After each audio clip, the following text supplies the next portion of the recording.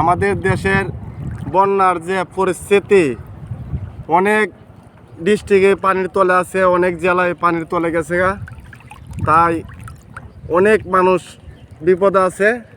তারার ঘরবাড়ি উড়াইয়ে নিতেছে গা, পানিয়ে ঘরবাড়ি বাসায় নিতেছে গা।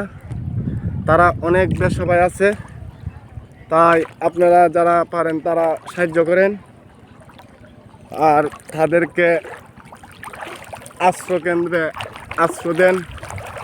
তাদের খাবারের ব্যবস্থা করতেছেন যারা যারা তাদের জীবন বাঁচাবার জন্য এগিয়ে যাচ্ছেন, তাদেরকে আমার অনেক ধন্যবাদ। যারা যারা আপনারা তাদের খাবার দিচ্ছেন তাদেরকে আমি ধন্যবাদ দিতেছি। তাদের প্রতি আমার সালাম রইল। যারা যারা বিপদের সময় তাদের কাছে গেছেন, বিপদের সময় যাদের কাছে গেছেন তাদেরকে আমি সালাম জানাই। আর এই ভয়াবহ বন্যার থেকে আমাদেরকে বাঁচাবার মালিক একমাত্র সৃষ্টিকর্তা।